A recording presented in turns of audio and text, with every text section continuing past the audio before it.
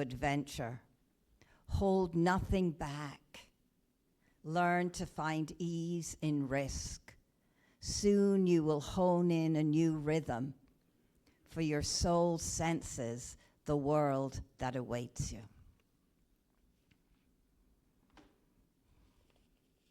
Unfurl yourself into the grace of beginning that is at one with your heart's desire. And this is what Reverend Guy was inviting. Hold on one sec. Papers are getting. Well,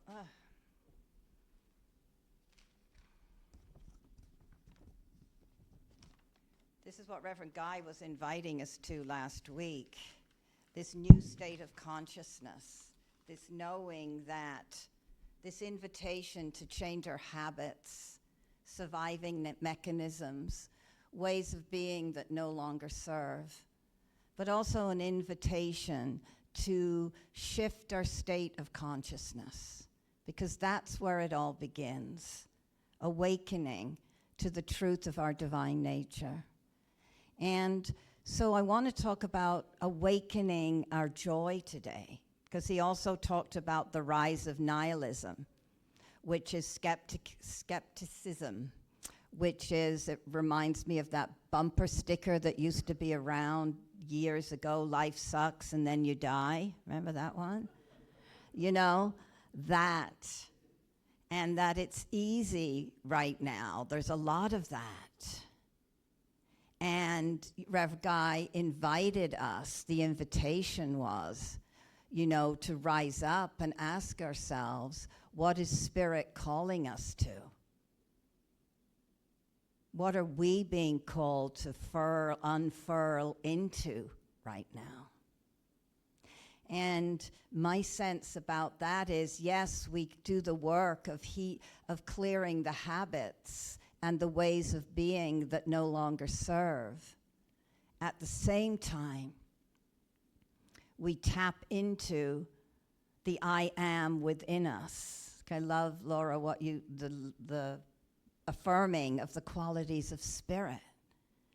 To tap into the joy that is our divine and inherent birthright, that is not dependent on outside circumstances or events. Not always easy to be joyous right now. And yet it's crucial in a time of suffering. And it's a form of resistance almost that says, I'm not going to let this stand in the way of me shining my light of Spirit. There's a little joke about a man whose friend tells him he has to go and see a psychologist. So he's like, all right, he thinks I need to go, I'll go. And he sits with the psychologist, and the psychologist asks, you know, so how's everything with your family and marriage? Oh, it's great, it's wonderful, I'm so happy. How are things in your career? I'm feeling really fulfilled, and I got a promotion. And how's your finances? Finances are really good. How's your health? I'm in excellent health. And all the time he's talking, the psychologist kind of with his furrowed brow is, you know, writing down notes. And then he looks up and says, how long have you been feeling like this?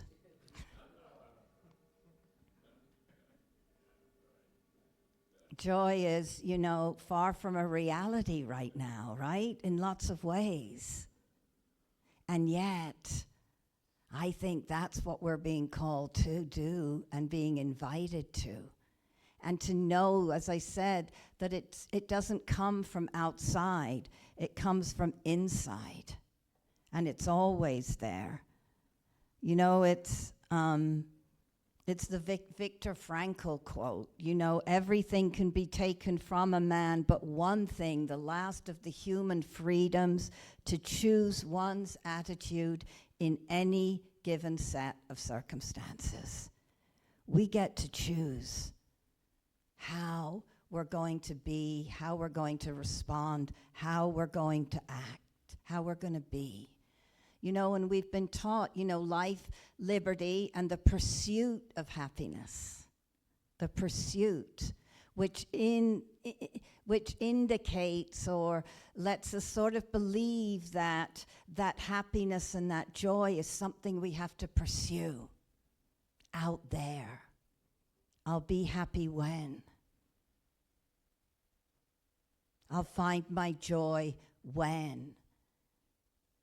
And we're always pursuing it, and we never really kind of get there because it's not an outside job.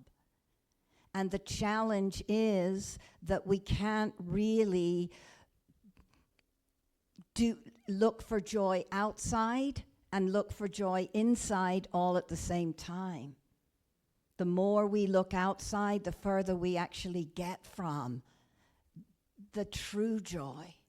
You know, what Eckhart Tolle calls the joy of being, right? Just because. Let's take a breath.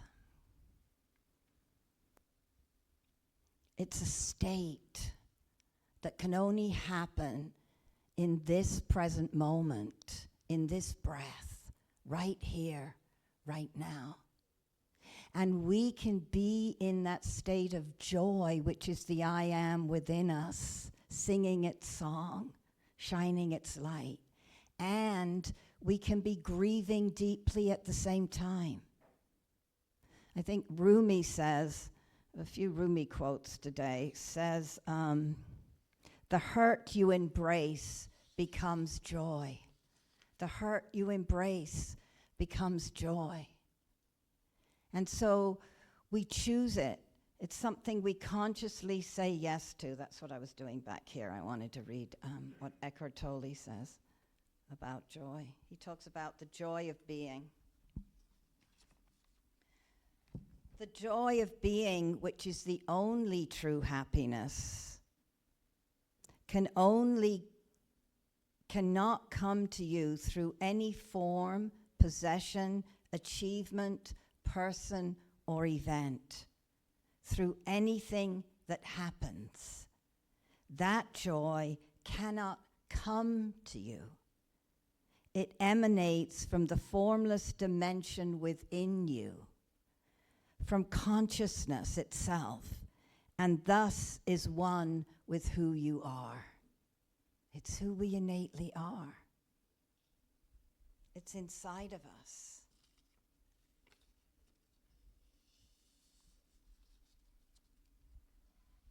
We're not dependent on anything or anyone to be happy. And when we're waiting to be happy, when we're saying, I'll be happy when, we're in a state of dissatisfaction of this present moment, of what's going on right now. Let's breathe, everybody.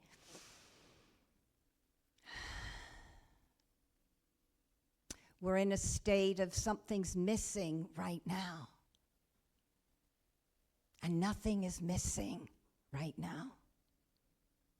And things aren't easy right now. And things are getting a little scary, perhaps, right now. And I love this idea as joy as a form of resistance. I'm not going to let this stop me being the bright, shining star I'm meant to be. I'm not going to stop me. This is not going to stop me. Feeling the joy of spirit, beating my heart, breathing my breath. Nothing can extinguish that light. I read this somewhere. Who I am became rooted in becoming someone else. Who I am became rooted in becoming someone else. And this is the ongoing message that we get, isn't it? From advertising and everything. Oh my goodness. You know, if you have this, sorry. Oh my God, it's a disaster up here. Hold on. I'm not sure what's going on. Give me a minute, I'm breathing. I'm in my joy even as I'm messing up here. Advertising. If you just had this car with this perfect family, you'd be happy. if you just used this soap, right? You would be luxuriating every single minute, and bubbles of joy would be emanating from you. It's all what we're fed, right? Have more of this and more of that, and buy this. That's the seduction. And we fall short every time. It's never enough until we find it deep within. This is from the Upanishads. All is whole and complete and perfect and divine. Infinite completeness. When you remove anything from infinity, that which you've removed is whole, complete, perfect, and divine. And that which remains is perfect, whole, complete, and divine. And this makes sense mathematically. You know, no matter what we do, if we take infinity and divide it by 2, what do we get? Infinity. If we multiply it by 100, we get infinity. And this is the truth of who we are. There is nowhere in any of the teachings that say God is finite. God is infinite. Spirit is infinite. Everywhere.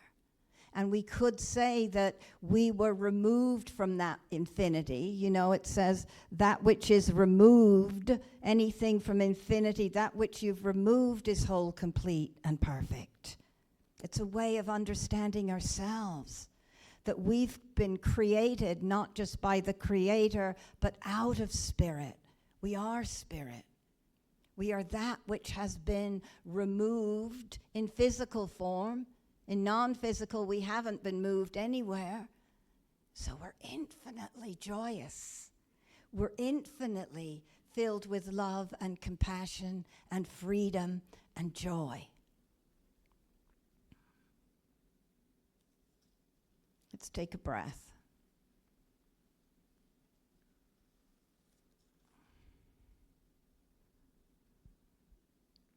And so perhaps we've lost a little bit that state of awareness. And joy is a state of awareness. And how we get to that joy that is deep inside, that nothing can take from us, I think is through our spiritual practices, through meditation. Again, Rumi. I'm almost afraid to move anything.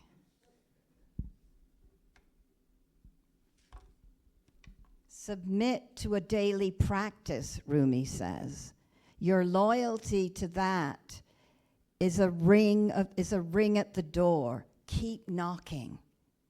And the joy inside will eventually open a window and look out to see who's there. I love that. Just keep practicing. Keep knocking. And joy isn't a spiritual bypass. We honor what we're feeling. If grief is arising, we let it be. If fear is surging up, we're with it. If there's anger we need to tend to, we tend to it. And know that we can feel joy at the same time. And in fact, grief cracks our heart open, wide enough sometimes, for the love and the joy and the peace to awaken in us even more. I heard a story, I'm not sure where I heard it, but there was a man whose wife had died like a day or two before, and he was seen at a party having fun and dancing and singing, and someone went up to him and said, you know, didn't your wife just die? What are you doing? And he said, well, I know my wife would want me to be joyous, and I too want to return to that place of joy. That's my intention. So why not now? Why not now? Why wait? And that doesn't mean that that man didn't cry all the way to that party and maybe cry all the way home. and maybe miss his wife in his heart while he was there, but his intention to tap into the joy beyond all understanding really took him, that was what he wanted to put, where he wanted to put his focus on at the same time. Let's take a breath.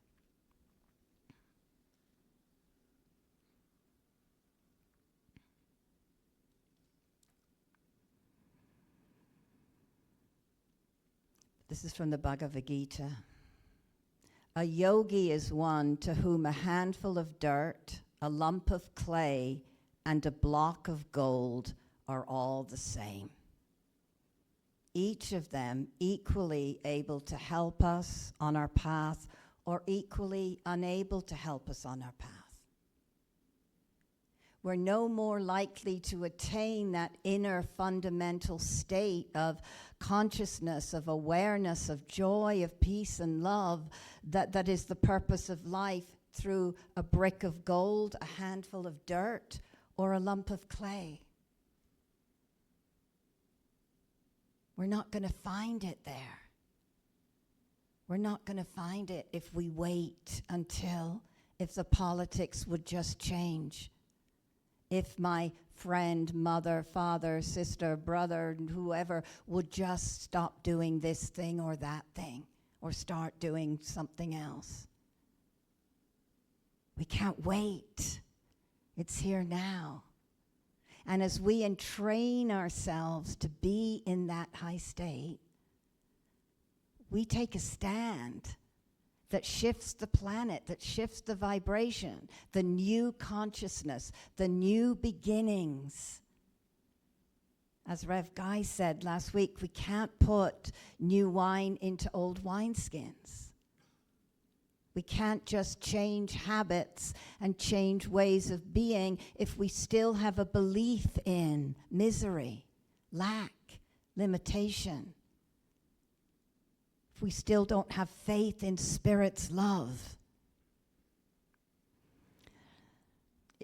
If you're miserable in a room alone, chances are you are the cause. If you are miserable in the room alone, chances are you are the cause. I think this is a paraphrasing a modern day on Nietzsche or one of those, but that's it. What room are we in? Who is the I? Who is the me that's in misery? And who is the I that is in joy? The human part may be in misery. The divine part is always in joy.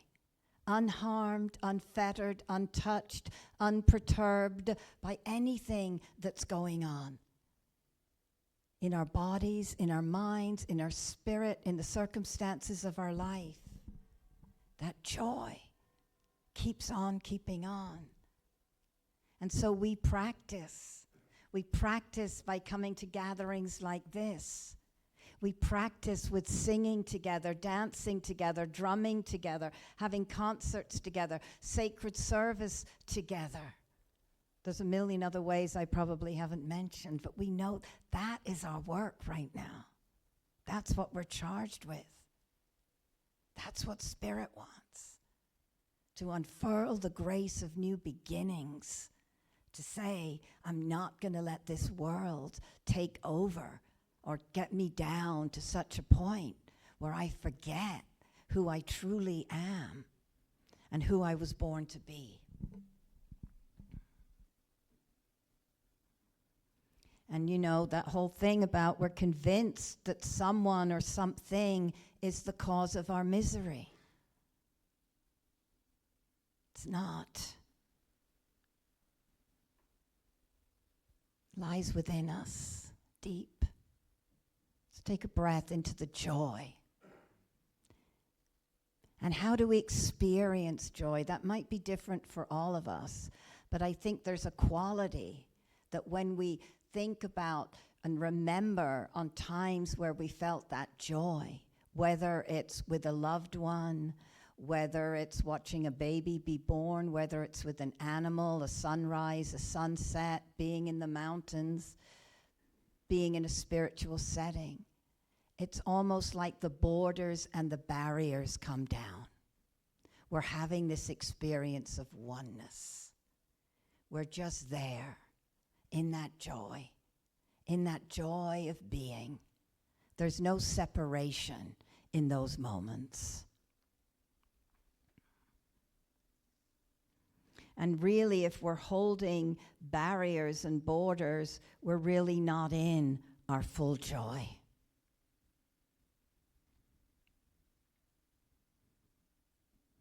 Melting into pure awareness. That's where the joy is. Let's take a breath. So Sri Nityananda Swamiji tells this story about a man going to a doctor. And he's like, everything in my body is hurting. Everything I touch hurts. When I touch my head with my finger, it hurts. When I touch my stomach, it hurts. When I touch my leg, it hurts. I touch my foot, it hurts. I put my finger on the back of my neck, and it hurts. And I'm just in terrible pain. And the doctor takes lots of scans and lots of tests. And he comes back, and she says, well, I have good news and bad news. The good news is your scans and tests are clear. There's nothing wrong with your stomach or your head or your back or all those places.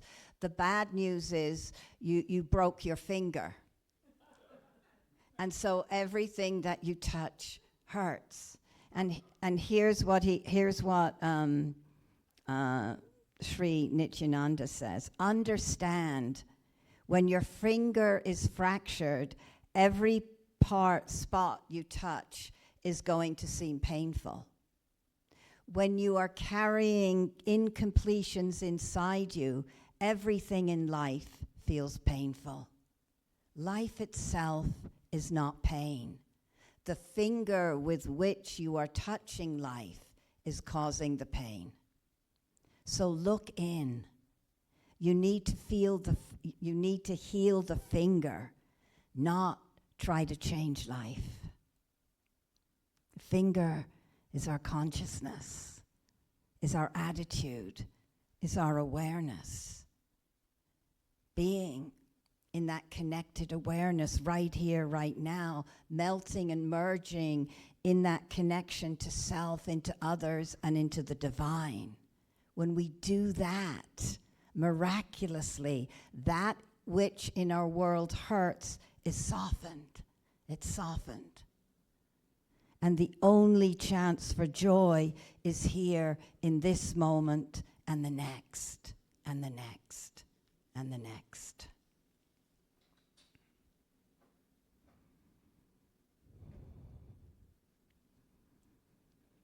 So, the invitation is to wake up to that which is already alive in us, to entrain and align with that, to do that which evokes that sense of joy deep inside.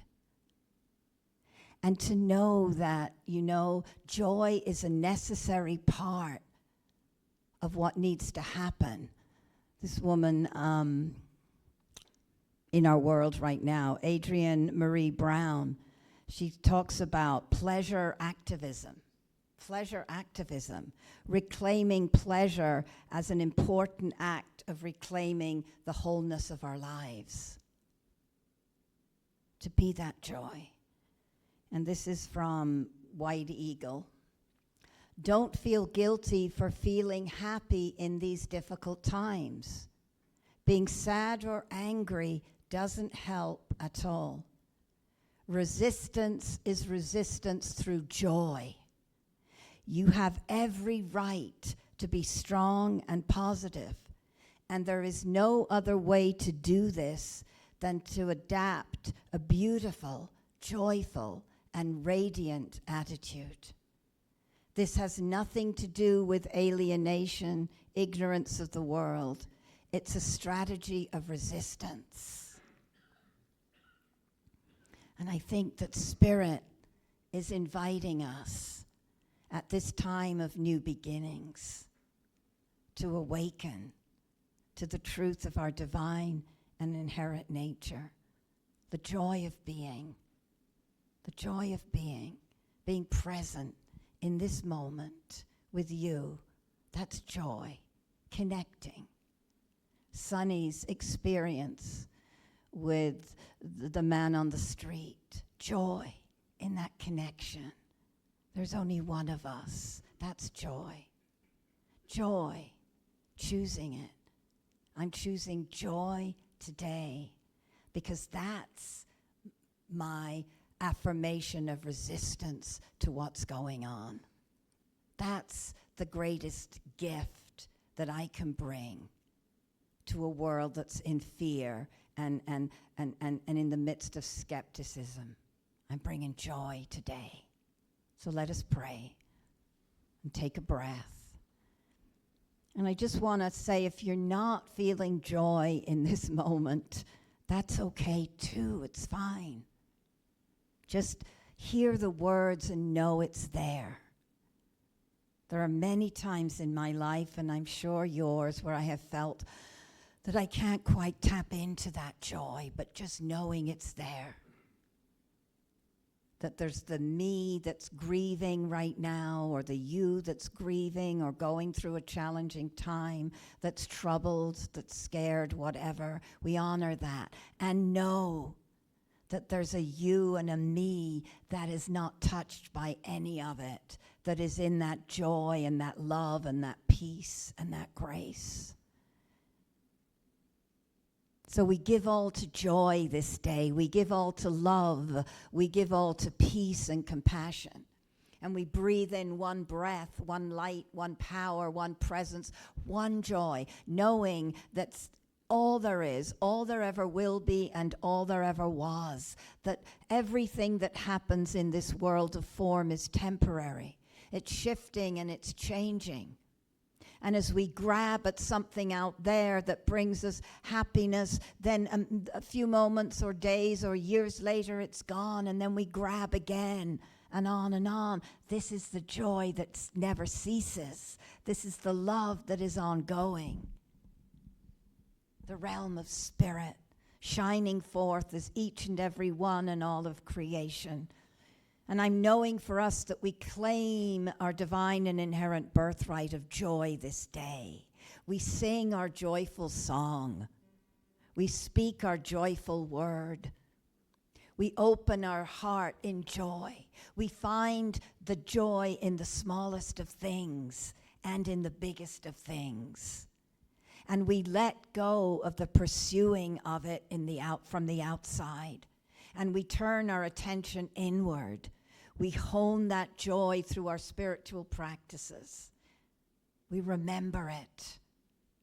And I'm grateful. I'm grateful for the divine gift that we have all been given. The gift of joy, the gift of peace, the gift of love, the gift of freedom, of divine power and wholeness and beauty. That is ours. I'm grateful that that light within us all can never be extinguished. It may be laden over, so it's hard to sense it or see it or feel it. It's in there. There's light in there. And I'm grateful that we choose to nurture this light. We choose to be in relationship with this light of spirit within us. We choose to entrain it, to align with it, so we can choose joy in the midst of it all. So with a grateful heart at the gifts of spirit bestowed upon us and as us, I release my word to the very soul of the universe that has already agreed wholeheartedly with that I have spoken. Just says yes. Yes to joy, yes to peace, yes to love. So there's nothing left to do now except release my word with deep faith and conviction, to feel the joy stirring up in every cell of our being and every beat of our heart. What a joy it is to be alive. What a joy it is to feel the light of Spirit within each of us. What a joy it is to be together here this Sunday morning. And so it is. Amen.